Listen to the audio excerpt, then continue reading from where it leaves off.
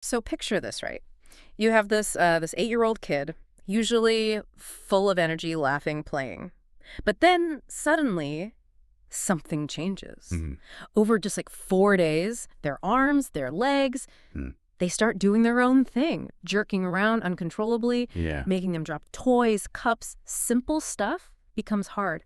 But it's not just physical, is it? No, that's key. Their whole personality seems to shift. They get irritable, tearful. There's this confusion. You can just imagine the parents' worry. Absolutely terrifying for them. So what is going on here? How do we even begin to connect these dots? The movements, the emotions, this whole bewildering picture. Welcome to the deep dive.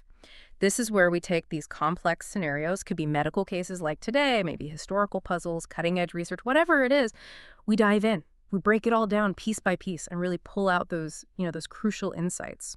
Today, our mission really is to master this fascinating medical case. It's a perfect example of how symptoms that seem totally unrelated can actually point to one single, really significant underlying condition.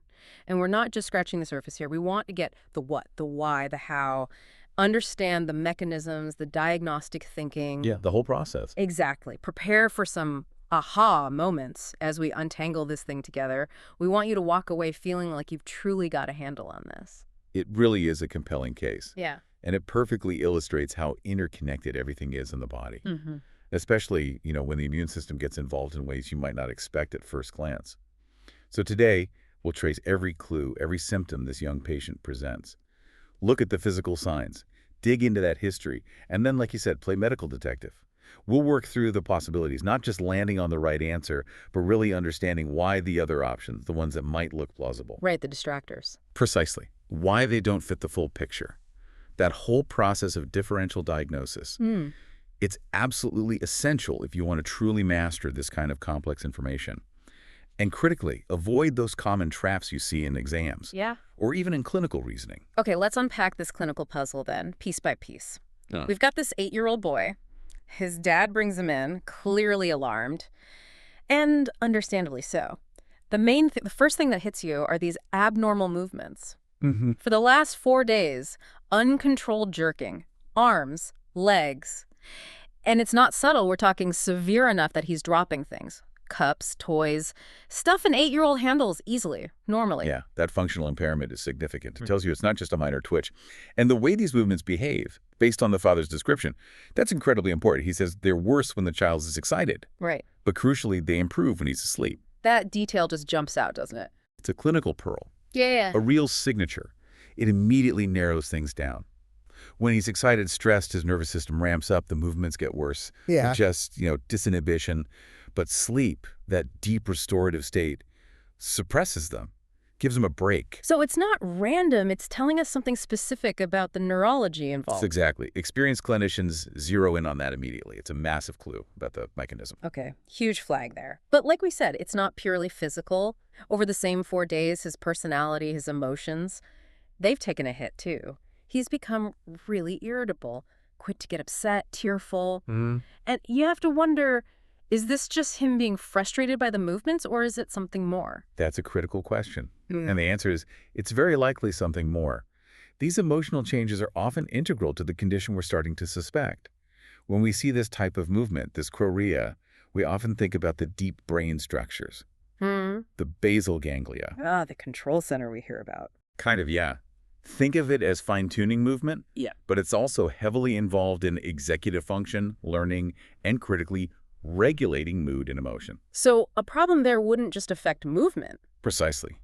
Dysfunction or inflammation in the basal ganglia can absolutely manifest as emotional lability, irritability, tearfulness, anxiety, sometimes even obsessive-compulsive traits. It's not just a psychological reaction. It can be a direct neurological symptom. A common pitfall is dismissing these as secondary when they're part of the core issue. Okay, here's where the detective work really kicks in, connecting things that seem miles apart. Dad also mentioned something from the history. 6 weeks ago, the boy had a sore throat.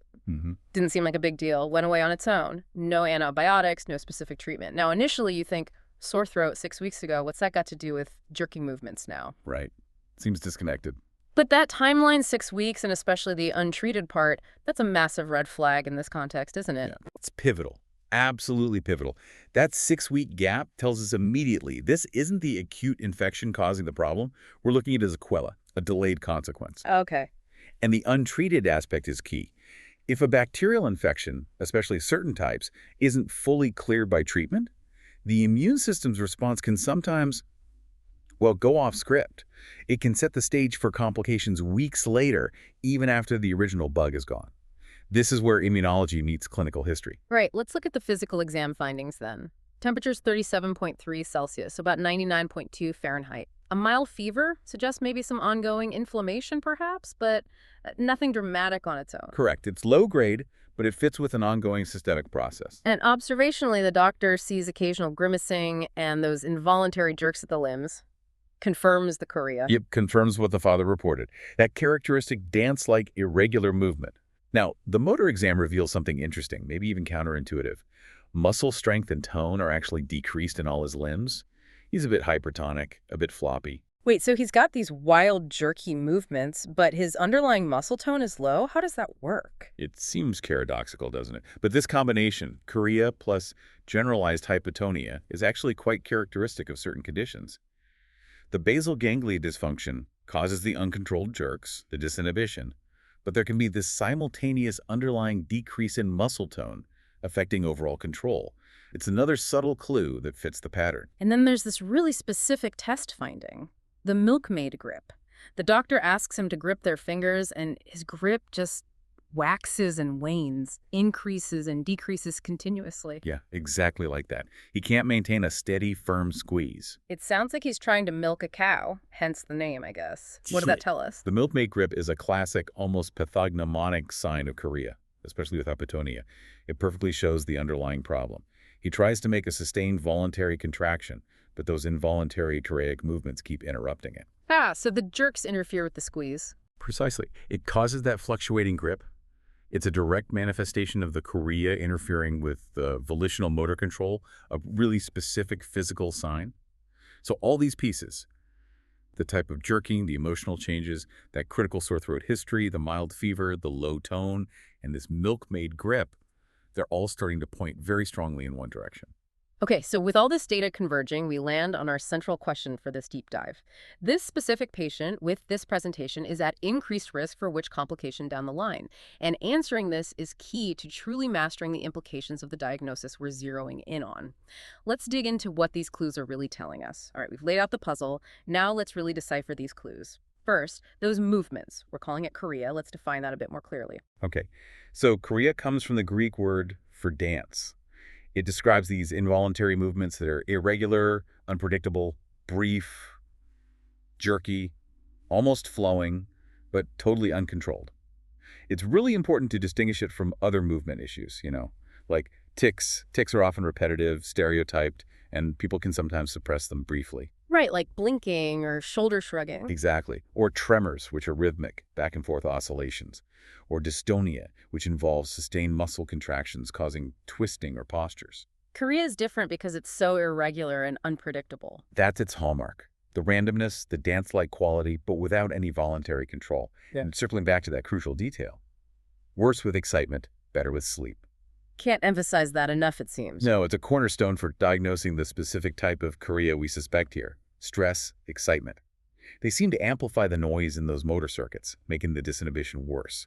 Sleep, on the other hand, dampens everything down, quiets the brain's motor output, so the movements often disappear completely. A very powerful differentiator. And the practical effect, like dropping things, just stems directly from that lack of control, right? Absolutely.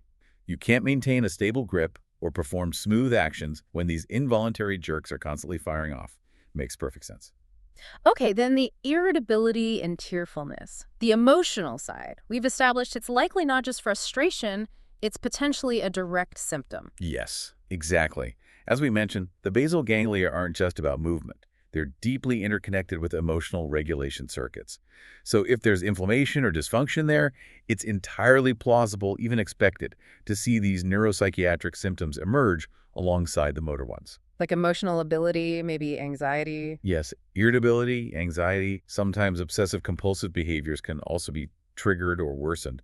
It reinforces how integrated brain functions are. You can't neatly separate motor control from emotion when these deep structures are involved. And that brings us back to the clue that unlocks it all. The untreated sore throat 6 weeks prior. The unmasked culprit. The timeline is just so critical. It screams delayed consequence, not acute illness. Precisely. A sequela. It's like finding debris washed ashore long after the storm has passed. It tells you what happened earlier. And the untreated part. Why is that so vital? It's all about the immune response. If a specific type of bacterial sore throat, namely group A strep, isn't knocked out by antibiotics, the immune system mounts this huge response. The bacteria might eventually be cleared, but the immunological memory and the antibodies produced can linger and, crucially, misbehave later on. Setting the stage for problems down the road. Exactly. It creates the perfect scenario for this fascinating process called molecular mimicry. We'll definitely need to unpack that. It's the why behind it all. Before we get to mimicry, let's just quickly revisit the milkmaid grip and that low muscle tone, the hypotonia. You explain the grip as chorea interfering with the voluntary squeeze. How does the hypotonia fit in with that? Right. So the milkmaid grip shows the chorea in action, disrupting sustained effort. The generalized hypotonia often goes hand in hand with this type of chorea. The muscles are just generally less stiff, a bit floppy at baseline.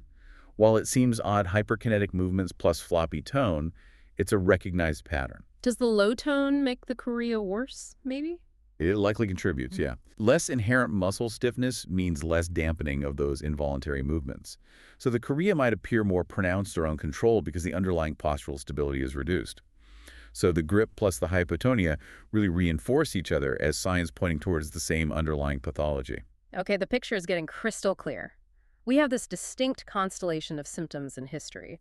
But before we definitively name the diagnosis and the complication risk, let's tackle those other possibilities. Why is this so important? Because nailing down a diagnosis often involves actively ruling out other conditions that might share some symptoms. It sharpens your understanding. And for anyone studying medicine or related fields, recognizing why wrong answers are wrong is just as crucial as knowing the right one. It helps you avoid common exam traps and diagnostic errors. All right, let's apply that. Choice A was extraneural metastasis. Thinking neurological symptoms, maybe a tumor? That's the initial thought, perhaps. But it falls apart quickly when you look closer. First off, extraneural metastasis, meaning a primary brain tumor like medulloblastoma spreading outside the brain spinal cord, is really, really rare in kids. Statistically improbable right off the bat. Okay, strike one. What about a tumor within the brain then? Even then, it doesn't fit. Big brain tumors typically cause signs of increased intracranial pressure. Pressure inside the skull building up. Exactly. You'd expect things like severe headaches, especially morning headaches, maybe vomiting, vision changes. And on exam, papilledema, swelling of the optic nerve. And our patient has none of that. None. Zero. That absence is incredibly significant. It strongly argues against a large, space-occupying lesion like a tumor. It's a crucial negative finding. Absolutely. And then there's the context, right? The repetitive jerking starting weeks after a sore throat. Yeah. That just doesn't sound like how a tumor typically presents. It screams post-infectious process. So mismatch in symptoms, mismatch in context, wrong path. Definitely. Focusing only on neurological issues is too broad. You need the specifics. Yeah. A common MCQ trap. Okay, moving on. Choice B, early onset dementia. This one feels a bit closer maybe. Chorea, behavioral changes. Sounds a bit like Huntington's. It does have that superficial resemblance, which is why it's a clever distractor. Huntington disease does cause chorea, psychiatric issues, and dementia, and it can sometimes start earlier in life, although typically adult onset. So why isn't it right here? Again, the trigger and the timeline. Our patient's symptoms exploded over 4 days, specifically following that untreated sore throat 6 weeks ago. That is the absolute defining feature here. Huntington's is a genetic neurodegenerative disease with a much more gradual, insidious onset, not this acute post-infectious picture. So the context is completely different. Completely. And critically, the condition we are suspecting, sydenchorea, is not associated with causing early onset dementia. They are fundamentally different processes, even if they both involve the basal ganglia and cause chorea. So jumping to dementia just based on chorea, especially with that infection history, is a major mistake. A huge trap. You absolutely have to consider the entire clinical story, especially that infectious prodrome. Don't force a diagnosis that ignores the most salient clues. All right, choice C, ADHD, attention deficit hyperactivity disorder. Child, irritable, Maybe the movements look like hyperactivity. I can see why some might pick this. It's a common thought process in pediatrics, yes. Mm. And ADHD is linked to another movement disorder, Tourette syndrome. Ah, okay, so that's the connection people might make. Possibly. Tourette's involves multiple motor tics and at least one vocal tic. Tics are those sudden, rapid, repetitive, non-rhythmic movements or sounds. But how do tics differ from our patient's chorea, and does he fit the Tourette's picture? Key differences. First, our patient lacks vocal tics. It's mandatory for a Tourette's diagnosis. No coughing, throat clearing, sniffing, or word tics described. Okay, major criterion missing. Major one. Second, the movements themselves. Tourette's tics are typically stereotyped, repetitive like a specific facial grimace or head jerk or a shoulder shrug, repeated. Our patient has generalized, irregular, flowing, unpredictable jerking that's chorea, not tics. So the quality of the movement is wrong for Tourette's. Exactly. And while kids with Tourette's can sometimes suppress tics for a bit, the description of our patient's movements as uncontrolled fits better with chorea. So the whole picture, this specific type of movement, chorea, not tickers, the lack of vocal tics, the emotional ability in this acute post-infectious context points strongly away from ADHD or Tourette's and towards synonym chorea. Got it. Need to be precise about the kind of movement disorder. Another potential trap if you generalize too much. Finally, choice D, diabetes mellitus. This felt like the odd one out. Why might someone even consider this, and why is it wrong? Yeah, this is mostly a distractor. It doesn't really fit the neurological picture at all. Sometimes questions include options about systemic diseases just to see if you stay focused.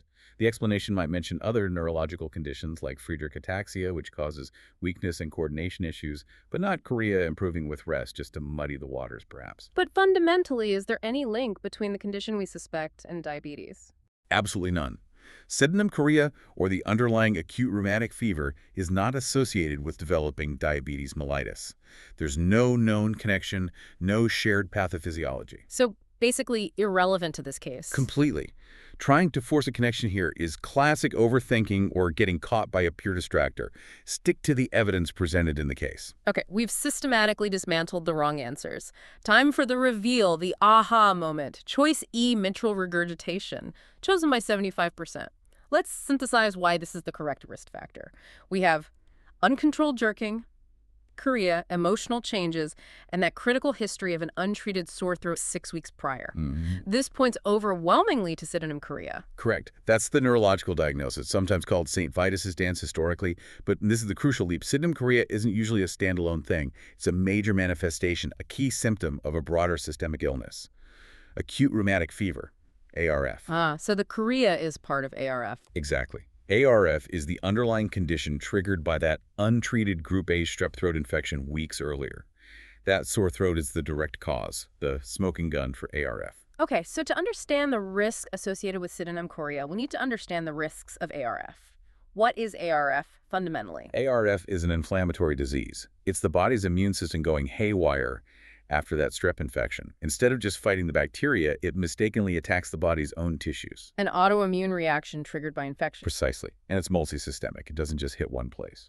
So besides the brain involvement causing chorea, what other systems does ARF typically affect? What are its other major features? Good question. The Jones criteria outline the major manifestations. Besides chorea, ARF can cause arthritis, typically a migratory polyarthritis affecting large joints, think knees, ankles, elbows, wrists, flitting from one to another. Okay, joints. What else? You can get subcutaneous nodules, which are these small, firm, painless lumps under the skin, often over bones or tendons. There's also erythema marginatum, a very specific kind of rash, pink rings with clear centers, usually on the trunk or limbs, not itchy. Interesting rash. And the big one. And the most significant one for long-term complications, carditis. Inflammation of the heart muscle, and crucially, the heart valves. And that's where mitral regurgitation comes in. That is exactly where it comes in. Carditis is the link. Okay, let's dive into that mechanism you mentioned earlier, molecular mimicry. This sounds like the key to understanding why a throat infection messes with the heart and brain. How does that work? It's truly fascinating and central to ARF. So the bacteria, Streptococcus pyogenes, group A strep, has proteins on its surface, particularly the M protein. The immune system makes antibodies to target this M protein and kill the bacteria. Standard procedure. Here's the problem. Parts of that bacterial M protein look molecularly very similar to proteins found in human tissues, specifically proteins in the heart valves, the basal ganglia in the brain, and even the joints. So the bacterial protein mimics human proteins. Exactly, molecular mimicry. So the antibodies the body produced to fight the strep bacteria, they see these similar-looking proteins in the heart valves or the brain. And they attack them too. Mistaken identity. Precisely. It's autoimmune cross-reactivity. The antibodies can't tell the difference between the bacterial target and the body's own tissues because they look so alike at a molecular level. This immune attack causes inflammation and damage in those tissues. Inflammation of the basal ganglia leads to chorea. Inflammation in the heart valves leads to carditis and valve damage. Wow. So it's the body's own defense system, triggered by the infection, causing the damage. That's the tragic irony of it. A defense mechanism turned destructive due to molecular resemblance. It perfectly explains how a localized throat infection can have such widespread systemic effects weeks later. That explanation is incredibly helpful for mastering this. Now, what about the chorea itself? Does the child have these movements forever? Thankfully, no, not usually. Sydenham chorea itself is generally self-limiting. Meaning it goes away on its own? Yes. The neurological symptoms, the movements, tend to improve significantly over weeks to months. Most kids make a full neurological recovery within about 6 months, sometimes a bit longer. That's reassuring. It is. However, and this is critical, just because the chorea resolves doesn't mean the underlying ARF and its risks are gone, especially the risk to the heart. Which brings us squarely back to the question and choice E. What's the most common, most significant long-term complication of ARF? The most common and feared complication is rheumatic heart disease, RHD. This means permanent damage to the heart valves caused by that ARF-related inflammation and scarring. And mitral regurgitation is a prime example of that damage. It's one of the most common manifestations of RHD.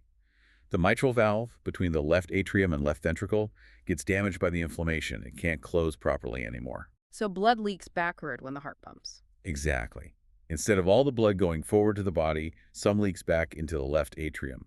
This is mitral regurgitation. It makes the heart work much harder, can lead to enlargement of the heart chambers, heart failure, arrhythmias, potentially serious lifelong consequences. So the patient is at increased risk for mitral regurgitation because the Sydenham chorea signifies they've had acute rheumatic fever, which commonly damages the heart valves, particularly the mitral valve. You've nailed it. That's the complete chain of logic.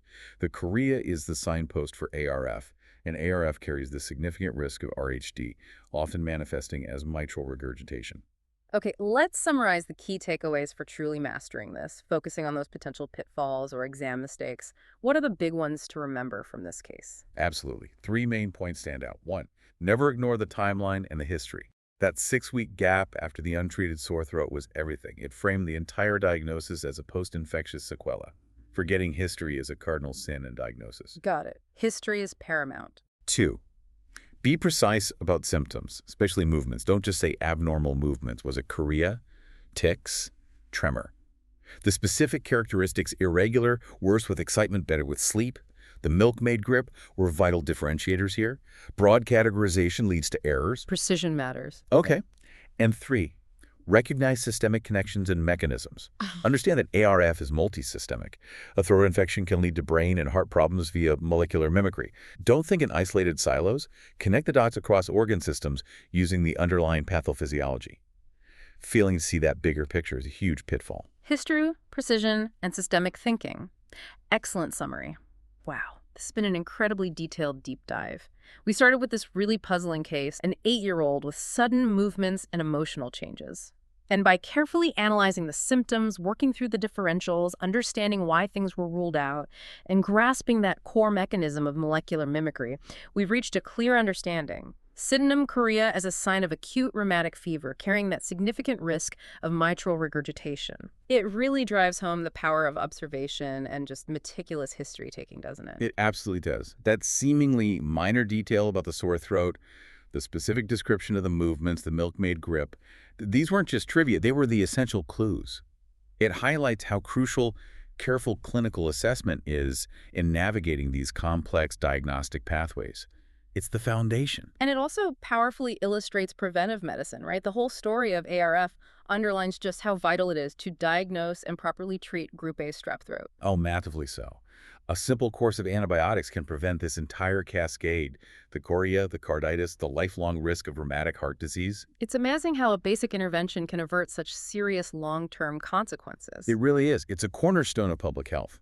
And understanding that mechanism, the molecular mimicry, it's not just academic. It helps us grasp why prevention is so critical and provides insight into many other autoimmune diseases triggered by infections. It's immunology in action with real-world impact. Well, this has been truly enlightening. We've journeyed through the body's complex reactions, seeing how a throat infection can echo in the brain and the heart. A potent reminder of how interconnected everything is and the delicate balance of our immune system. So, as you reflect on this deep dive, here's a final thought to consider. Think about the future for this 8-year-old boy. His chorea, thankfully, will likely resolve. But the underlying ARF diagnosis means he carries a lifelong risk of heart valve damage, like mitral regurgitation. That risk doesn't just vanish with the movements. Exactly. He'll probably need ongoing monitoring, maybe cardiology follow-ups, for years, potentially his whole life. What does that long shadow cast by ARF tell you about the ongoing journey for patients with such conditions? And perhaps more importantly, how can continued vigilance from the patient, their family, and the healthcare system make a profound difference to their future health long after those initial dramatic symptoms like chorea have faded?